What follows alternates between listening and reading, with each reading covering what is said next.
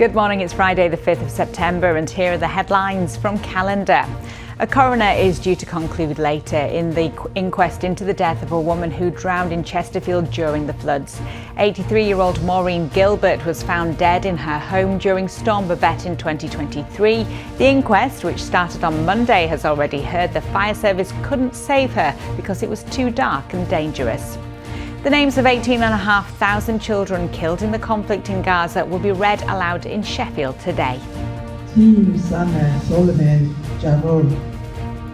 It's thought the act of remembrance outside the city's train station will take 150 volunteers 18 hours to complete.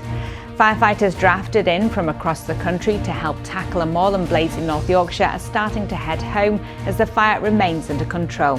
North Yorkshire Fire and Rescue say the wildfire on Langdale Moor has now been contained for 8 days and the national support will remain on standby for the next 24 hours. Local crews will continue to monitor and deal with the flare-ups on the moor. NHS bosses are appealing for more blood donors in Bradford. The Blood and Transplant Trust says it particularly needs more O-negative and B-negative donors, as well as those of black heritage, to help treat patients with sickle cell disease. Ingleburn Nature Reserve in the Yorkshire Dales is going to be expanded as it's recognised for its importance as a haven for rare wildlife and habitats. The upland landscape has become part of the King's series of national nature reserves, meaning it will be increased to cover 1,000 hectares, a third of the size of York.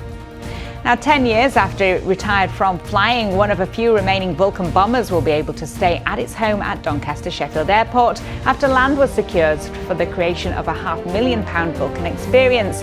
A fundraising drive is being launched to build the attraction, which will tell the story of the aircraft and how it played its part in the Cold War. A cool but fine start with some sunshine. 21 degrees is your high. Have a great day and a lovely weekend. Bye-bye.